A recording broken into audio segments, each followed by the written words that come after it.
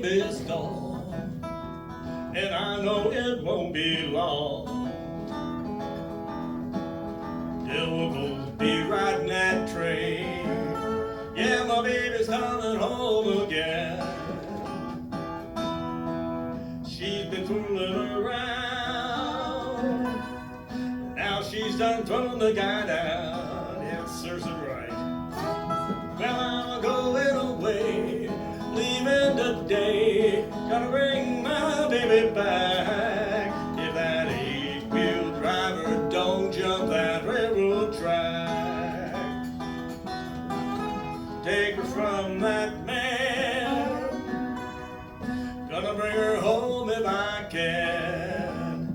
Now, I did forget to mention one thing about the great Jimmie Rodgers, also known as the godfather of country music and the yodeling brakeman. Because in every single Jimmie Rodgers song ever written and ever sung, you are required by the laws of God and country music to yodel. So I would like to apologize right now for what's going to happen, because this could get really ugly. Yodel-ee-lady, yodel-ee-lady.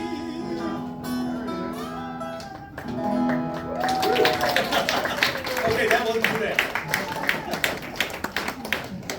Thank you so much. Jimmie Rodgers wasn't the only country musician that was influenced by black music. One of my absolute favorite performing artists are the Carter families. Mother Maybelle Carter, A.P. Carter, Sarah Carter. They are quite literally country music royalty. Yes, they are. They took Appalachian folk ballads, popular songs, whatever they could find, and they completely changed them out. They shortened them to 3 minutes, which is how long a record could be played in those days. They added harmonies. They had beautiful family harmonies. And then Mother Maybelle Carter was this incredible guitar player. Matter of fact, Chet Atkins and Merle Travis both claim that they learned how to play guitar because they heard Mother Maybelle Carter's picking. They thought it was two people playing. She had this special style that they called the Carter scratch or the church lick. But she didn't invent that style. It was a black musician by the name of Leslie Riddle. Now, the Carter family were very, very forward in their thinking. They actually met Leslie and they brought him into their home, which was unheard of in that time and place. And then Leslie would accompany A.P. as he went off into the hills to search out these old songs. Leslie, being a black man, could talk to the black people. A.P., being a white man, could speak to the white people. A.P. would write down the words, and Leslie would remember the melodies, which they could then transcribe later. And it was an important partnership, but he also taught Mother Maybelle that guitar picking style that she was so famous for. Now, you know, it's the kind of thing where she would strum the chords, and then using the bass notes of the chords while she kept the rhythm going, she'd pull out a melody, something like this.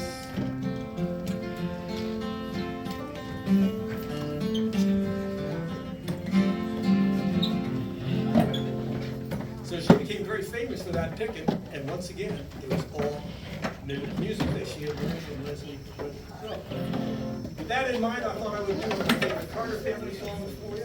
It's a song, you probably know this one, Keep on the Sunny Side of Life. And when we get to that chorus, I'd love to have you help me out. It's just, keep on the sunny side, always on the sunny side. Keep on the sunny side of life. It will help us every day. It will brighten all our way. If we keep on the sunny side of life. All right, help me out when we get there.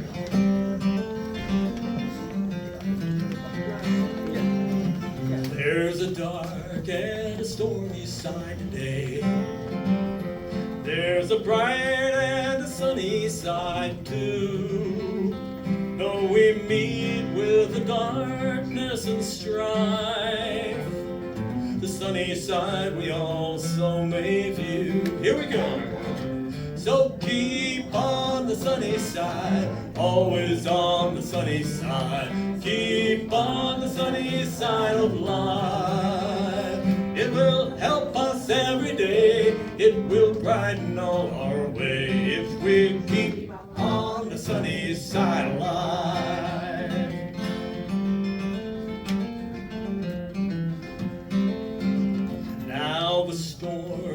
its fury broke today, crushing hopes that we cherish so dear.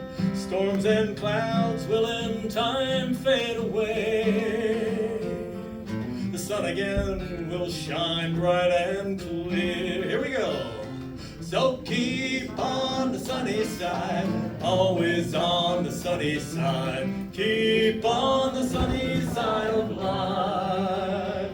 It will help us every day. It will brighten all our way if we keep on the sunny side of life. All right, here's some of that picking like Mother Maybelle Carter used to do.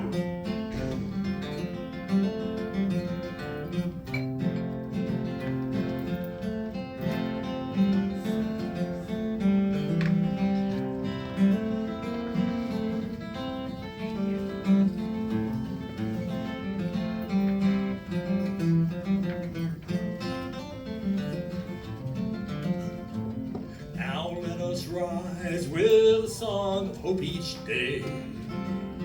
Though the morning be cloudy or fair, let us trust in our Savior away, who keepeth everyone in his care. And keep on the sunny side, always on the sunny side. Keep on the sunny side of life. It will help us every day. It will brighten all our way if we keep on the sunny side of life. One more. Yes, keep on the sunny side, always on the sunny side. Keep on the sunny side of life. It will help us every day.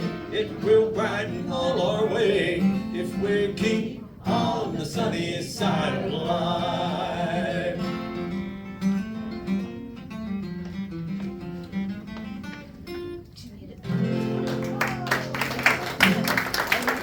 Thank you so much.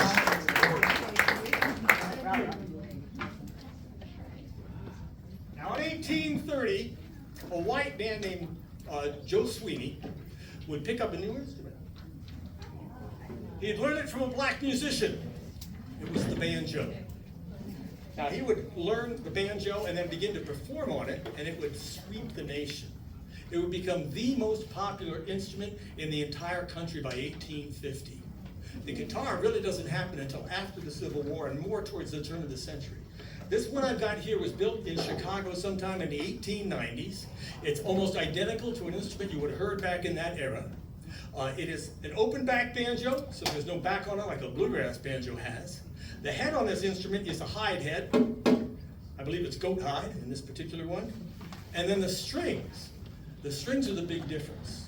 Up until around the turn of the century, guitars, banjos, violins all had gut strings. And yes, gut is exactly what you think it is. Now, I'm not using gut strings. I have a modern recreation called Nyla gut, so no animals are harmed in the creation of these strings. But it does have that old-time sound. Let me give you an idea what she sounds like. How many strings in that? It's a 5-string. It's just like a bluegrass one. The earliest ones don't have frets, but by the 1860s or so they do. Get that one up. But it's got a real flat, fat, plunky sound.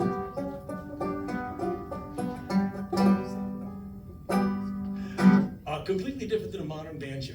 This evolved from a slave instrument called a banjar or a kora. It was a single-stringed instrument with a stick for a neck and a gourd for a body. It came in with the slaves from Africa, but by the late 1700s it has evolved to the point where it looks kind of like this with 5 strings but no frets, and by 1850 or so they've added frets, and it's essentially a modern banjo with just gut strings. Now this became the basis for all of minstrel and popular music in the 1840s and 50s and 60s. Matter of fact, Abraham Lincoln loved the banjo. He loved it so much he tried to get his son Robert to play it, but Robert wanted nothing to do with it. But the banjo would get Lincoln into a hot water. About 2 weeks after the Battle of Antietam, Lincoln is heading off to inspect General Butler's troops. And they're probably 10 miles away from the battlefield, nowhere near it. They're traveling by ambulance, which is basically a covered wagon in those days. And the pressures of the war, they're bearing heavily on Lincoln. He is constantly fighting these black moods of depression. His bodyguard, Ward Hill Layman, is a banjo player, and he asked him to break out the banjo and play him a tune called 20 Years Ago, a sentimental love song that always reminded him of New Salem. Well, after he played that song, several of the others in the group asked for a few other tunes, and they ended up with a minstrel song called the Picayune Butler. Ah, yes, so you might know this story. About a year later, General McClellan is running against Lincoln in the presidency, and he puts out the rumor that Lincoln was seen driving through the Battle of Antietam, surrounded by wounded and dying Union soldiers, hollering out for the Picayune Butler. It was nothing more than fake news. See, nothing is really new. It became quite a thing, though. It eventually blew over. But I thought I would share that tune with you here today. This is very typical of minstrel music of the 1850s and 60s, and it's actually written about a real black street musician who was, in fact, the Picayune Butler. It was a character. He'd been a house butler, got old and could no longer serve, and they just threw him out on the streets. And he would stand out on the streets playing music in his coat and top hat, and he became the figure that literally every minstrel musician all the way down to old Al Jolson would copy in terms of their costuming and technique. So this is the Picayune Butler.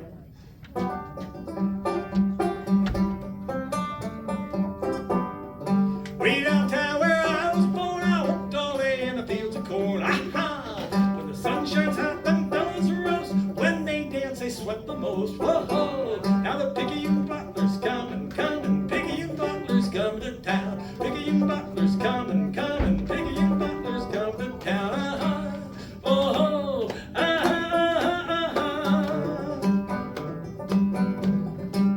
Of all them gals I ever did see, Miss Lucy Brown was best to me. Whoa! She chased the bull quite out of breath. That's what caused Miss Lucy's death. Now the Picayune Butler's coming, coming. Picayune Butler's coming to town. Picayune Butler's coming, coming. Picayune Butler's coming to town. Oh!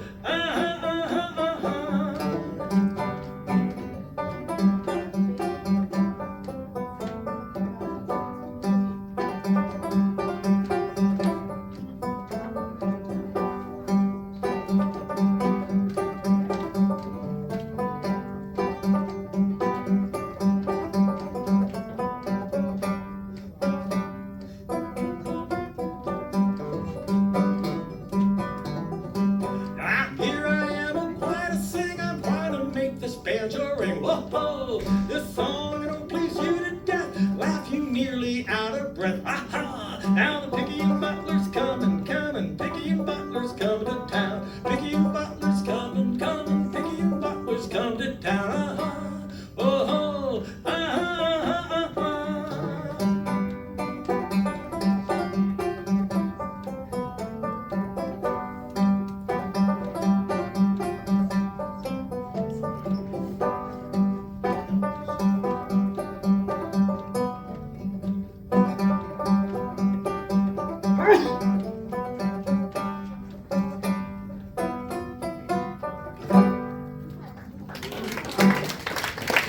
Thank you very much. Those odd broken rhythms are so typical of that music of the era. The music we hear today is generally much smoother than that. Now, in the late 1840s, popular music really begins to take off on this country. And much of it is based in minstrel music, which of course is an attempt for white musicians to caricature black street musicians.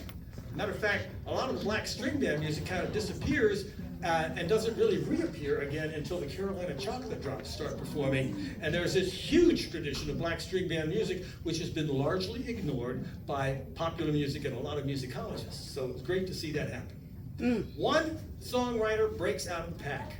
His name is Stephen Foster.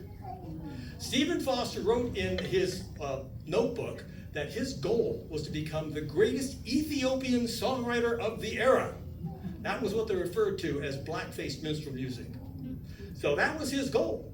And most of his early music was written in dialect, specifically for the minstrel audience. Now he has a song in 1848 that becomes the first hit song ever. This song is not only known around the country, it is quite literally known all around the world. It's translated into multiple languages. It's actually translated into Latin, which was then considered to be the universal language. And in one particular twist of irony, it is rewritten as a temperance song, which is particularly ironic because Stephen Foster will drink himself to death at a young age. So, I thought I would do this song for you here. I believe you guys know this, and you may even have the chorus on your sheets there in front of you. So jump in here and help me out on this. This is the way it actually sounded in 1848. Oh, Susanna.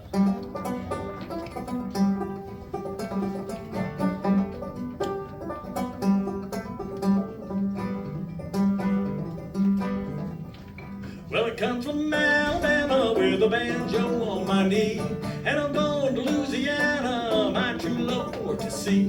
It rained all night the day I left, and the weather it was dry, and the sun so hot I froze to death. Susanna, don't you cry, help me out. Oh, Susanna, now don't you cry for me, 'cause I come from Alabama with a banjo on my knee.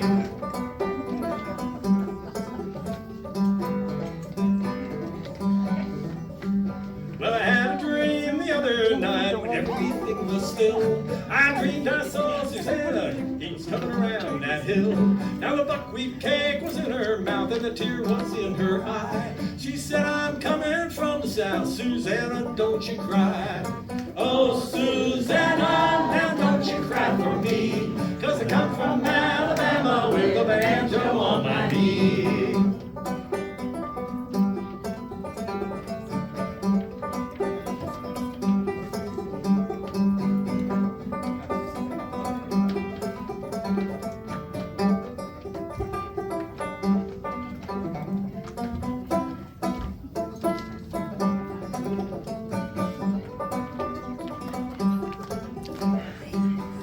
There's another verse you don't hear very often, but it actually kind of makes sense once you get to hear the words. Well, I'm heading down to New Orleans, and there I'll look around. When I find Susanna, I'll fall down on the ground. But if I do not find her, this boy will surely die. And when I'm getting buried, oh, Susanna, don't you cry. Oh, Susanna, now don't you cry for me, 'cause I come from Alabama with a banjo on my knee. Oh, Susanna, now don't you cry for me, 'cause I come from Alabama with a banjo on my knee.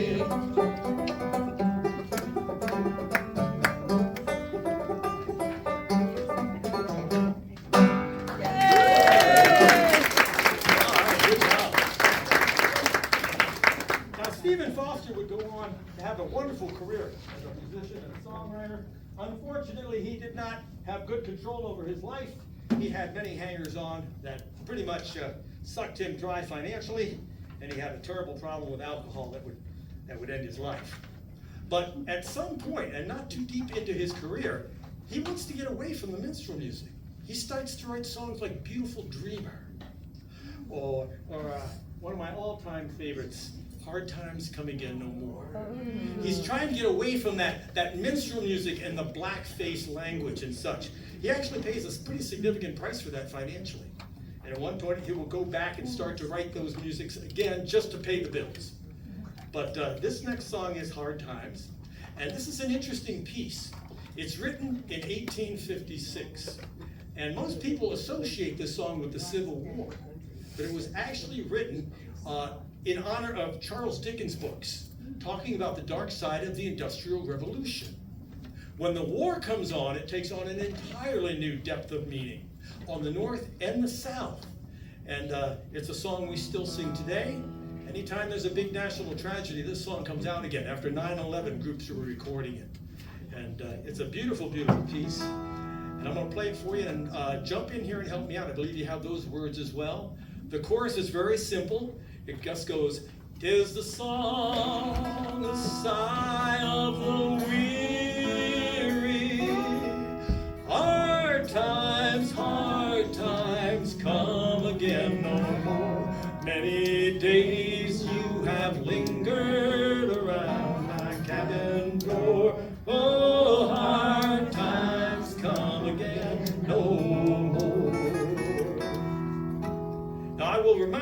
folks, we're not doing modern singing here. It's not about being the star of the show. It's not about having the best voice. This is old time singing. Singing then was a part of joining in, being a part of a group, socializing, and it didn't matter if you could sing well or not. So that is to say, folks, what we're looking for here this evening is quantity, not quality. All right? So help me out on this when we get there.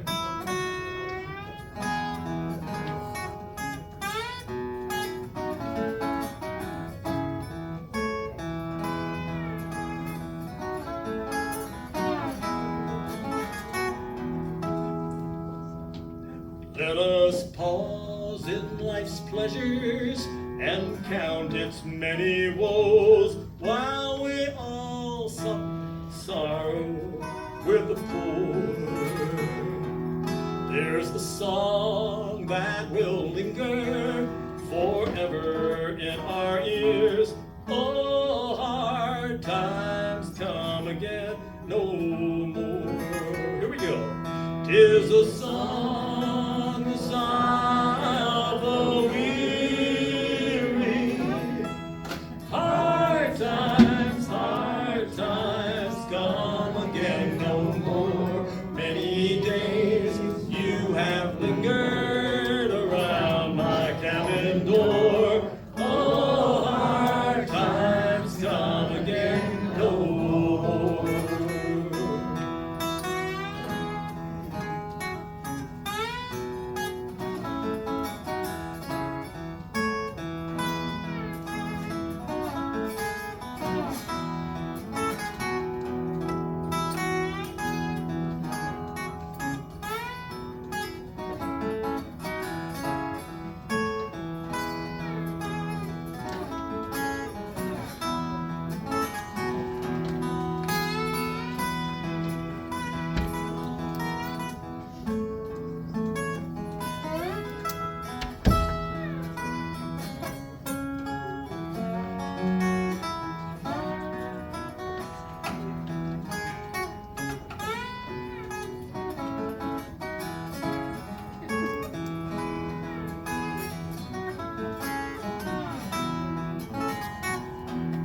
Though we seek mirth and beauty and music light and gay, there are frail forms fainting at the door. Though their voices are silent, their pleading looks still say,